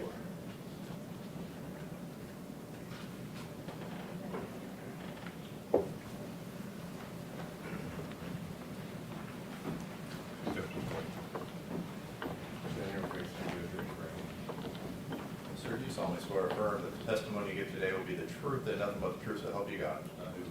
Come have a seat, sir.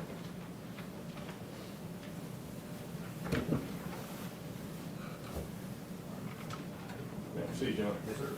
Mr. Taylor, will you please state and spell your full name for this court? Kevion Taylor, K-E-V as in Victor, E-O-N, last name Taylor, T-A-Y-L-O-R. And, Mr. Taylor, what's your current occupation? I am a pastor of a church and I'm an attorney. And you're licensed in the state of Mississippi? I am, yes, sir. And do you know a person by the name of Tadarius Bean? Yes, sir, I do.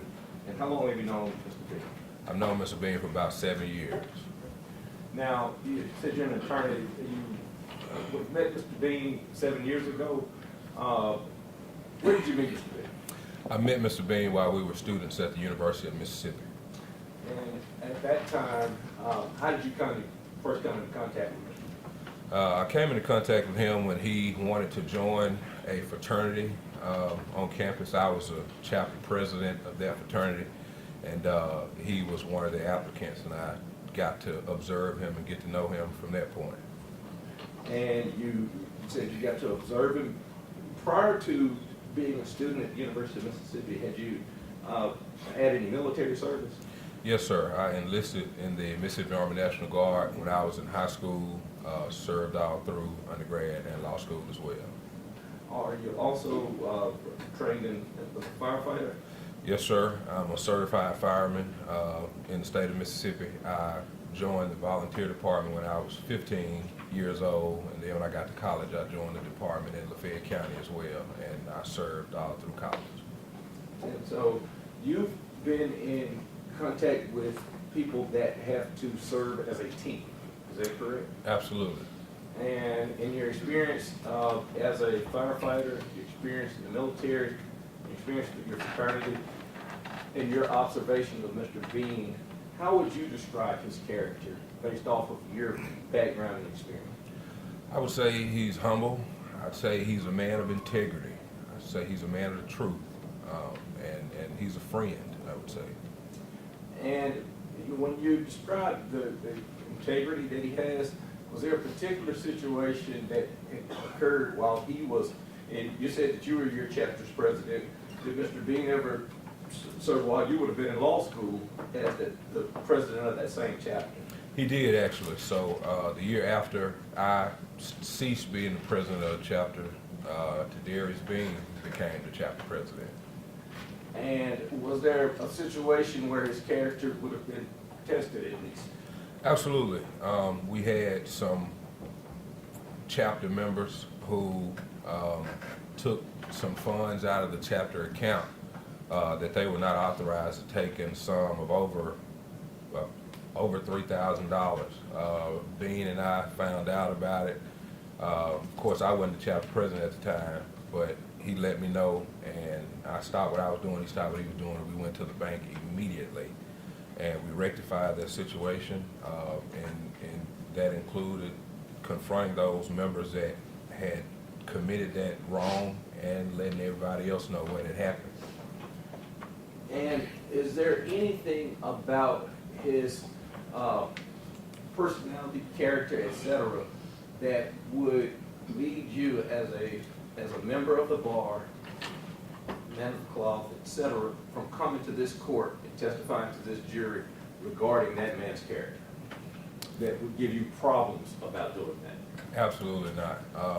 As you know, as a member of the bar, as a fireman, as a military officer, and a member of the cloth, I have raised my hand and taken oaths like all the other officers of this court have done, and I take my oath seriously because I know that there's another judge that's judging on whether or not when we tell the truth or not. So absolutely not. There's nothing that gives me reprehension about being a witness on his behalf. Good man. Absolutely. Pass the witness, John. All right. Single. Copy, Your Honor. Copy, Your Honor. State. Chris. Mr. Taylor, you said in that incident that you and Mr. Perry was just talking about where the money was stolen, Bean was the president at that time, Yes, ma'am. and the money was taken, and he notified you immediately, right? Yes, ma'am. You all rectified that situation immediately, Yes, ma'am. and you all confronted the people who did something immediately. Yes, ma'am. So he does know how to do all those things, right? I would assume so. That's all I have to do. No problem. All right, thanks, sir. Was there other questions?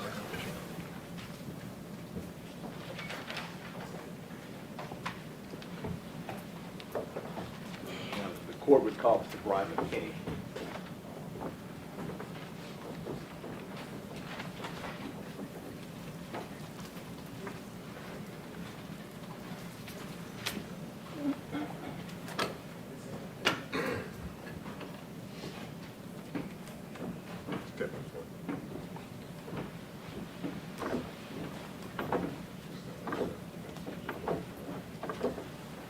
Sir, do you solemnly swear or affirm that the testimony you give today will be the truth and nothing but the truth, so help you God? All right, can I see, sir? Good proceed. Mr. McKinney, will you state and spell your full name for the court? Bryant McKinney, Bryant, McKinney, Mckinney. Mr. McKinney, currently you work in corporate security, Yes, sir. I'm in corporate security leadership. and McKinney, did you go through the police academy with Mr. Tadarius Bean? Yes, sir. I did. Do you remember what class that would have been? 133rd. And you, did you know Mr. Bean prior to going through the academy? No, sir. I did not. And after the academy, did you all maintain friendship? Yes, sir. We did. And in your experience while in the academy and subsequent to the academy, did you work with the MPD after coming out of the academy? Yes, sir. That's not going to amplify your voice. The court reporter is just reporting it, so you don't have to. Okay. Thank you. Good to know. And you speak up well, just keep your voice up. Understood. You worked with MPD after coming out of the academy? Yes, sir. Were you all in the same precinct at that time? No, sir. Right. And you indicated that y'all did go through the academy together. Can you describe Mr. Bean as a student in that academy? As a student in the academy, he was always prepared, always seeking to try to help people throughout the academy when we were doing physical fitness or tests or anything like that. He always just had a mild-mannered mentality and always kept a level head to try to just help others just be the best they could.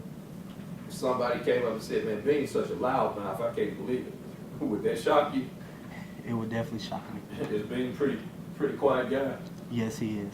And would you consider him a serious guy?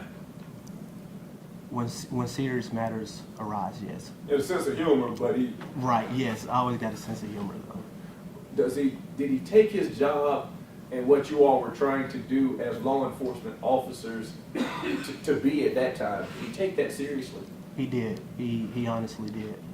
He felt that the job was very serious and there was a need to kind of help keep the city safe and play his part in doing so. Now, when you came out of the academy, did you all keep in contact with each other? Yes, sir, we did. We're still friends to this day, right? Yes, sir, we are. Now, would you describe Mr. Bean as a person just kind of on his own program, or did Mr. Bean try to follow the book, the man by the book? Definitely a man by the book. And when you say by the book, do you have an example of how by the book Mr. Bean is? Yes, sir, I do. When he first gave me the call that he got to OCU, it was a great time for him because he got a take-home car as well. And during that time, he was having some vehicle maintenance issues. And he called me. He was like, do you mind taking me to get something to eat? Because we stayed in close proximity. And I was like, why? You have a take-home car. He was like, well, no, we can't use a take-home car if it's not work duties.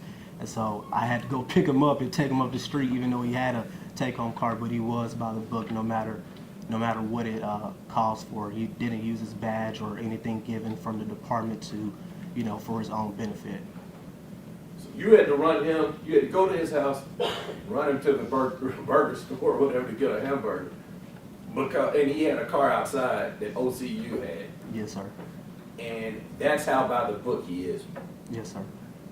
Is that how he's always been since you've known him? Yes, sir, until this day. Would you have any problems if you had to serve in policing the same way with him at this point, with him being an officer with you? No, sir, I will have no problem. Anything about his character that you have that, a criticism of? No, sir, you never have to second guess him. Now, a few moments ago, I asked you about being in the academy. Did you go through an exercise in the academy called Bad Bob? Yes, sir, I did. What is the Bad Bob exercise? It's an exercise where we were in the gym, if I remember correctly, and we were pepper sprayed. We were pepper sprayed, and they asked us a series of questions, some related to what is our tag number, and to give the chemical agent some time to kind of really sit in. And after that, we were asked to run down the court and grab a kind of like a dummy that weighed a certain amount of pounds and hit the dummy, if I'm not mistaken, until the dummy stopped resisting, and then we were asked to then try to handcuff the dummy. Is that a part of an exercise that it could go into your muscle memory? In other words, if you're in a situation like that, that would help you if you are facing somebody resisting. Yes, sir. And if you are faced with being pepper sprayed trying to arrest a person, does that create any difficulties? Yes, sir. It was still even difficult. They had the videos, but it was still even difficult on a dummy that wasn't moving when we were doing that training exercise. I'm going to pull up a video, and I'm going to ask you if you can identify. Has this been shown to the state? Yes, Your Honor. Is this queued up? It is, it's him. All right. Thank you, Your Honor. May I proceed? Yes, sir. Can you identify for this jury who that person is? That's myself. Yes, sir. And is this prior to you being hit in the face with pepper spray? At this point, I think if we press play, it's right when they're about to spray me, if I'm not mistaken. And go ahead, you can just watch it. Yeah, that's when they sprayed me.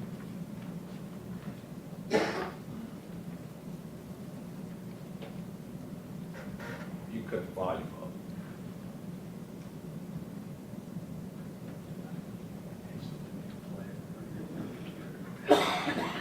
Pause it.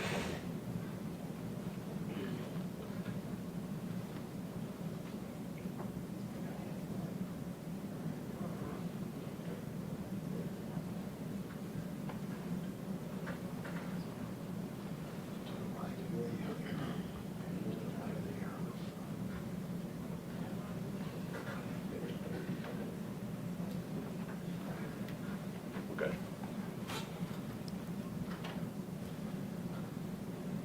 Little pain, a lot of pain. A lot of pain.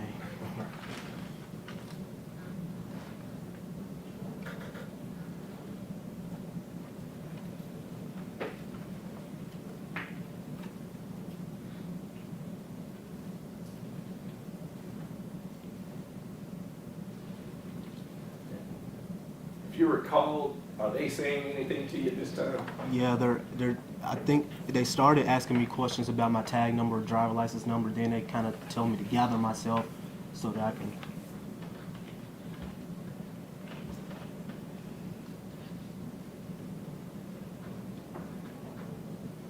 You remember them telling you go fight Bad Bob?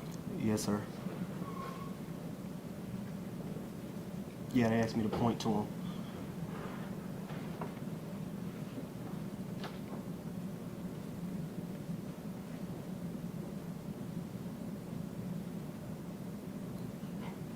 You remember what you're saying during this time? Stop resisting. Is it stop resisting, stop resisting? And you can cut that off. The next person. Mr. Singleton used the time. I apologize. I didn't. 1:20. He started this stuff. Video started Yeah. at 12. Video started at 12. For the record, yeah, you can say for the record. For the record, video started at 12:22. It stopped at 13:55. All right, thank you. Now, even today, that would have been what, about 4 or 5 years ago. Yes, sir. Do you remember that experience to this day? Yes, sir. Somebody says that, hey, will you do bad Bob for us in front of this jury? Would that be something that you'd want to come in here and do? Not at all. Now, during that exercise, you're allowed to put one hand over one eye, right? Yes, sir. And you're also advised to close the other eye that is being sprayed into, correct? Yes, sir. So that's somewhat different than if you have your eyes open and somebody sprays, right? That's correct. You think it would have been more intense had you had your eyes open and got a direct spray? Yes, sir. And to be honest, I still tried to time it and close my other eye. And so, just as a recap, as far as Mr. Bean's character, you have no criticisms, right? None whatsoever. All right. And then the second phase, being pepper sprayed and being asked to stop a person that's resisting, and then subsequently, it's not captured on there, but you also have to put handcuffs on something, right? Correct. Is that difficult, even in a controlled environment? Extremely. I don't have anything further. Very briefly, Mr. McKinney, you're sprayed in one eye at the academy, correct? Correct. And the other eye closed, Yes, sir. and it looked like, were you pinching your nose so you didn't inhale the pepper spray? Yes, we were told, if I remember correctly, to kind of cover the nose area. And they sprayed a closed eye. Well, the eye was supposed to be open, but yes. And then you had to blink. Yes, blink to get it in the eye. Yes, sir. That's all. That experiment that you did with the Memphis Police Department as part of your training, prior to them squirting you in the eye with one squirt, were things tense? Were you scared? Yes, sir. I was scared. It felt like sand, burning sand in your eye. Listen to my question, please. Before they squirted you in the eye, was your life in jeopardy? Were you scared of anything? No, sir. And then you get squirted, and you know you have all your friends around you, and you have your instructors around you. Did you then panic once you did get shot in the eye with the pepper spray? I did. Okay, that's all I have. Is it still Officer McKinney? No, no, No ma'am. longer MPD? No, ma'am. Okay. When you were going through Bad Bob, this was a training exercise, right? Yes. And it was supposed to help you all be able to withstand the effects of pepper spray, correct? To get lifelike experience as close as possible. Gotcha. And so, you only did Bad Bob one time at the academy, is that right? That's correct. So you're not repeating Bad Bob over and over, are you? Correct. And are you telling the jury that Memphis Police Department said, hey, when you get out in the streets, punch people in the head? You're not saying that, right? That's correct. They didn't say that. They never told you, out in the streets, kick people in the head, did they? No, ma'am. Just that's all I have. Anything else? Briefly, just because Mr. Johnson asked the first two questions. Did anybody say, hey, this is a disclaimer as it relates to Bad Bob, don't fight a resistor like this? I'm sorry, can you repeat that question? Did anybody while you're in the academy say this is not the way to actually try to stop somebody resisting? Did they say that to you? No, sir. As a matter of fact, did they advise or encourage you to strike Bad Bob with a lot of force? They did. And that was during a time that they sprayed you, correct? Correct. And then after striking him with force, you were asked to put the handcuffs on. Correct. Anything else to this witness? Nothing, Your Honor. Sir, let's go off what you said now. All right, ladies and gentlemen of the jury, your lunch is en route, if not here. We're going to go ahead and excuse you all for lunch at this time. If you can please make sure you leave your notes in your chairs, and please do not discuss the case. We'll call you back in as soon as we are ready for you. Jury can be excused.